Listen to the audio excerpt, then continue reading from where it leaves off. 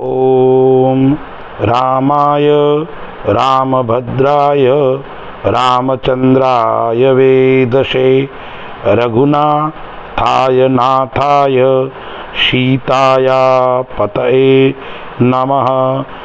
सियावर रामचंद्र भगवान की जय। अयोध्या धाम की जय। जय श्री राम, जय जय श्री राम। दर्शक मित्रों, रामनवमी की मंगलमय शुभकामना। आइए हम प्रभु श्री राम का जन्मदिन, जन्म जयंती यानी श्री राम नवमी, उसके ऊपर थोड़ा विचार करते हैं। राम क्या है? प्रभु राम का जीवन कैसा? इस राम नवमी पे हमें भी क्या करना चाहिए? क्योंकि सच्चिदानंद स्वरूप भगवान श्री राम दुर्दांत यानी आतताई दशानन रावण को दंडित करके, उनका वध करके मर्यादा धर्म का पालन करते हुए सनातन धर्म की यानी मर्यादा की स्थापना प्रभु श्री राम ने की है। भगवान जन जन के आराध्य है। जीवन के अंदर राम के बिना जीवन अधूरा है। यानी हम बोलचाल की भाषा में बोलते हैं तो भी बोलते हैं राम राम। आराम करते हैं उसके अंदर भी राम, विराम करते हैं उसके अंदर भी राम। यदि हम आराम बोलते हैं उसके अंदर भी राम। यदि किसी की मृत्यु होती है उसके पीछे भी लोग बोलते हैं राम। यानी राम हमारे जीवन का सर्वस्व है, रोम रोम में राम है। उस प्रभु राम का जन्मोत्सव यानी श्री राम नवमी, चैत्र शुक्ल नवमी तिथि के दिन मध्याह्न के 12 बजे भगवान श्री राम का प्रादुर्भाव यानी जन्म हुआ। कोई भी जीव, कोई भी व्यक्ति उनको आदर्श मानकर यदि जीवन जीना चाहता है तो उनकी उन्नति निश्चित है। क्योंकि राम के गुणानुवाद, प्रभु राम के पुण्य चरित्र का श्रद्धापूर्वक गान, श्रवण, अनुकरण यदि हम करेंगे, पवित्र हृदय के अंदर भाव रखकर यदि हम करेंगे तो हम सुख को भी प्राप्त करेंगे, हम शांति को भी प्राप्त करेंगे। क्योंकि इस पृथ्वी के अंदर, इस संसार के अंदर श्री राम के समान कोई आदर्श पुरुष नहीं हुआ है। श्री राम के समान कोई धर्मात्मा नहीं हुआ है। भगवान श्री राम के समान कोई राजा नहीं हुआ है। भगवान राम के समान आदर्श पुत्र भी नहीं है। भगवान राम के समान आदर्श पति भी नहीं है। प्रभु राम के समान आदर्श भाई भी नहीं है।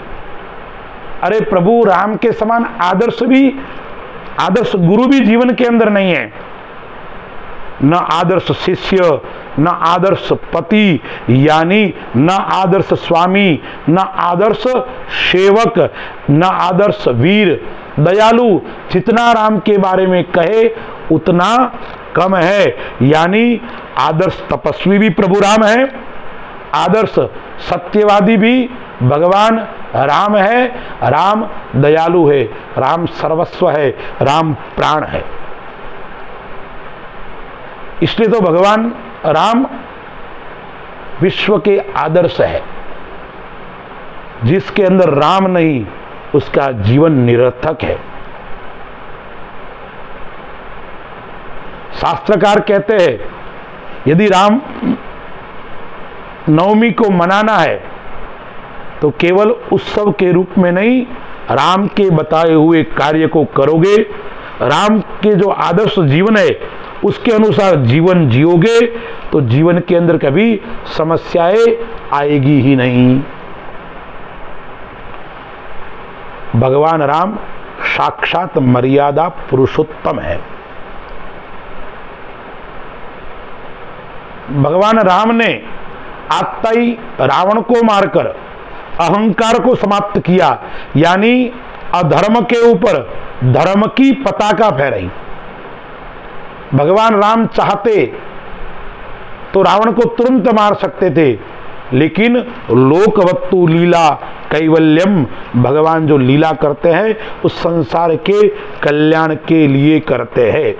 तो ये रामनवमी है, उस रामनवमी के अंदर हमें भी क्या करना चाहिए? भगवान प्रभु की जो 11 आदर्श बातें हैं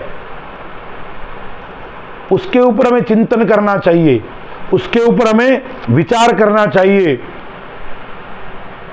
तो हमें ऐसे कौन से 11 काम करने चाहिए उससे प्रभु राम की हमें प्राप्ति हो। ऐसे एकादश काम कौन से है उसके करने से राम के हम दास बने। राम ने जीवन के अंदर मर्यादा का पालन किया है। राम चाहते तो लंका को भी प्राप्त कर सकते, किष्किंधा को भी ले सकते थे, और अयोध्या तो राम की थी। वो स्वयं शास्त्रकार कहते हैं राम ने अपने समय में 3 राज्यों का परित्याग किया, 3 स्टेटों का परित्याग किया। चाहते तो 3 राज्य को भगवान राम स्वयं ले सकते थे, लेकिन भगवान ने कहा मुझे तो मेरी अयोध्या प्राणों से भी प्यारी है। जननी जन्मभूमिश्च स्वर्गादपि गरीयसी अपि स्वर्णमयी लंका न मे रोचते लक्ष्मण। बालिका वध करके किष्किंधा को प्रभु राम ले सकते थे, लेकिन प्रभु ने कहा किष्किंधा मेरी नहीं है, मैंने तो आत्ताइयों को मारा है, अधर्मियों को दंड दिया है। उन्होंने सुग्रीव को किष्किंधा का राज दे दिया। सुवर्ण की लंका, रावण जैसे आत्ताई को मारकर भगवान सुवर्ण की लंका ले सकते थे, उसके राजा बन सकते थे, लेकिन भगवान ने वो नहीं ली, उनके भाई को देकर अयोध्या की ओर लौटे। भगवान राम पिता की आज्ञा पालन करते हुए 14 साल वनवास गए, पिता की आज्ञा का पालन करने के लिए। यदि प्रभु राम चाहते तो अयोध्या के ऊपर भी राज कर सकते थे, वो नहीं जाते वन में, लेकिन उन्होंने कहा मेरे पिता की आज्ञा मेरे लिए सर्वोपरि है। ऐसे प्रभु राम का जन्मोत्सव यानी रामनवमी इस वर्ष संवत 2081 2024 ईस्वी सन के अंदर कब है? 17 अप्रैल 2024 चैत्र शुक्ल नवमी बुधवार, उसके दिन रामनवमी आ रही है। भगवान राम का जन्म मध्याह्न में हुआ था। पुनर्वसु नक्षत्र, मध्याह्नवापिनी तिथि। शास्त्रकार कहते हैं कि 10वीं वृद्धा नवमी तिथि लेनी चाहिए, और उस दिन यदि नवमी तिथि हो, चैत्र शुक्ल पुनर्वसु नक्षत्र हो, यदि मध्याह्न का समय के अंदर नक्षत्र हो, तो बहुत पुण्यशाली तिथि, बहुत श्रेष्ठ पुण्यदायिनी तिथि मानी जाती है। तो इन तिथि के दिन राम का हम जन्मोत्सव मनाते हैं, तो हमारा कर्तव्य क्या होता है? राम के प्रति श्रद्धा पूर्वक अर्पण करने का भाव क्या होता है? तो हमें क्या करना चाहिए? ये चैत्र शुक्ल प्रतिपदा यानी हमारे भारतीय नववर्ष का जो प्रारंभ है, सृष्टि का प्रारंभ हुआ है, उससे नवमी तिथि तक 9 दिन उत्सव मनाना चाहिए। घर के अंदर प्रभु राम का कीर्तन, प्रभु राम का गुणानुवाद हमें करना चाहिए। यह करोगे तो आपके घर के अंदर सुख भी आएगा, समृद्धि भी आएगी और शांति भी आएगी। देखिए, दूसरा कार्य क्या करना है, परिवार के साथ में मिलकर ओम राम रामाय नमः या भगवान राम की स्तुति प्रतिदिन 9 दिन तक करनी चाहिए, एकम से लेकर नवमी तक। यदि आपके पास में इतना समय नहीं है तो कम से कम नवमी तिथि तो नवमी के दिन अवश्य करनी चाहिए। तीसरा कार्य, प्रतिदिन रोज सुबह उठकर भगवान राम का संकीर्तन करना चाहिए और उसके बाद में गौ माता की सेवा करनी चाहिए। गाय को घास, गुड़ आदि अर्पण करना चाहिए। यदि इस 9 दिन आप गाय का पूजन करोगे तो आपके घर के अंदर लक्ष्मी का वास होगा। यदि आप 9 दिन नहीं कर सकते हो तो कम से कम राम नवमी के दिन तो आपको अवश्य करना चाहिए। चौथा कार्य कौन सा है, श्री रामचरितमानस का आप पाठ 9 दिन तक यानी नववाहन पारायण का आप पाठ करना है। लोग करते हैं, प्रतिदिन 2-2.5 घंटे लगते हैं। यदि आप आराम से करो, संगीतमय करो तो ज़्यादा समय लगता है। तो घर के अंदर संभव हो तो परिवार को साथ में बिठाकर, क्योंकि आजकल परिवार की कल्पना धीरे धीरे समाप्त हो रही है। मोबाइल का युग आ गया, पिता पुत्र साथ में बैठे तो भी दोनों के साथ में अलग अलग मोबाइल, पति पत्नी भी बैठे साथ में तो भी अलग, यानी पुत्र के पास में मोबाइल अलग, पुत्री के पास में अलग, न माता से व्यवहार न पिता से व्यवहार। व्यवहार तो किससे, मात्र और मात्र मोबाइल से ही संबंध हो गया है। इसीलिए आज इस कलिकाल के अंदर यदि हम परिवार के साथ में बैठकर इस नवरात्रि के पावन पर्व पर चैत्र शुक्ल प्रतिपदा से नवमी तिथि तक यदि हम नववाहन पारायण का पाठ करेंगे तो हमारी सभी प्रकार की मनोकामना परिपूर्ण होगी, क्योंकि रामचरितमानस के अंदर इतनी शक्ति है, नववाहन पारायण के अंदर इतनी शक्ति है। यदि आपको संतान नहीं है तो संतान की प्राप्ति होगी, आपके व्यापार के अंदर विघ्न आ रहा है तो विघ्न ही भी समाप्त होगा। यानी प्रतिदिन रामायण का पठन करें, रामायण को श्रवण करें। 5वां कार्य, प्रातःकाल उठकर माता पिता की चरण सेवा करे और माता पिता का वंदन करे और माता पिता का पूजन करे।